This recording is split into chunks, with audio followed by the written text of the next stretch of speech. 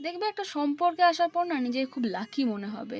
তোমার জীবনে হঠাৎ করে একটা অচেনা মানুষ এসে তোমার সারাদিনে তোমাকে এত খেয়াল রাখবে, সারাদিনে 50টা মেসেজ, ফোন কলস, বা তুমি ফোন রিসিভ না করলে তোমাকে বলবে, এই বাবু তুমি ঠিক আছো তো, মেসেজ করবে, তুমি প্লিজ একবার ফোনটা ধরে বলো তুমি ঠিক আছো, আমার খুব চিন্তা হচ্ছে, তুমি প্লিজ নিজের খেয়াল রাখো। এরকম তার নানা রকম কথা তোমাকে ইম্পর্টেন্ট, নিজের যে তুমি ইম্পর্টেন্স সেটা তোমাকে ভাবতে বাধ্য করবে। এবং সব থেকে লাকি মনে হবে তখন, যখন সেই মানুষটা তোমাকে একটা মিষ্টি আবদার করবে। সেই মিষ্টি আবদারটা হচ্ছে, কবে দেখা করছো। কিন্তু কি জানো তো বস, সময়ের সাথে সাথে না সবটা ফিকে হয়ে যায়।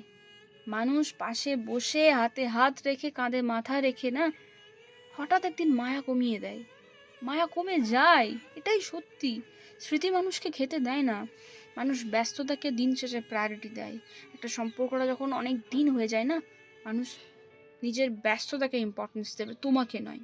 তাই যখন কোনো নতুন সম্পর্ক তোমার হচ্ছে না, তাই কখনো হঠাৎ করে শুরুতেই নিজেকে লাকি মনে করো না যে এই তো এই মানুষটার জন্যই ভগবান আমাকে পাঠিয়েছেন। একদম মনে করবে না। সময় দাও, দেখো না দিন যত বাড়বে তোমার প্রতি তার কেয়ারিং বাড়ে, না সময়ের সাথে সাথে সবটা আবার ফিকে হয়ে যায়। আসলে কি বলতো, মানুষ জীবনে হঠাৎ করেই আসে আর উইদাউট এনি নোটিফিকেশন হট করে চলে যায়। তাই সে যখন পরে চলে যাবে তোমার কষ্টটাও কম হবে। এক্সপেকটেশন একদম ভালো জিনিস না। এক্সপেকটেশন মায়া বাড়ায়, কষ্টটাও বাড়ায়।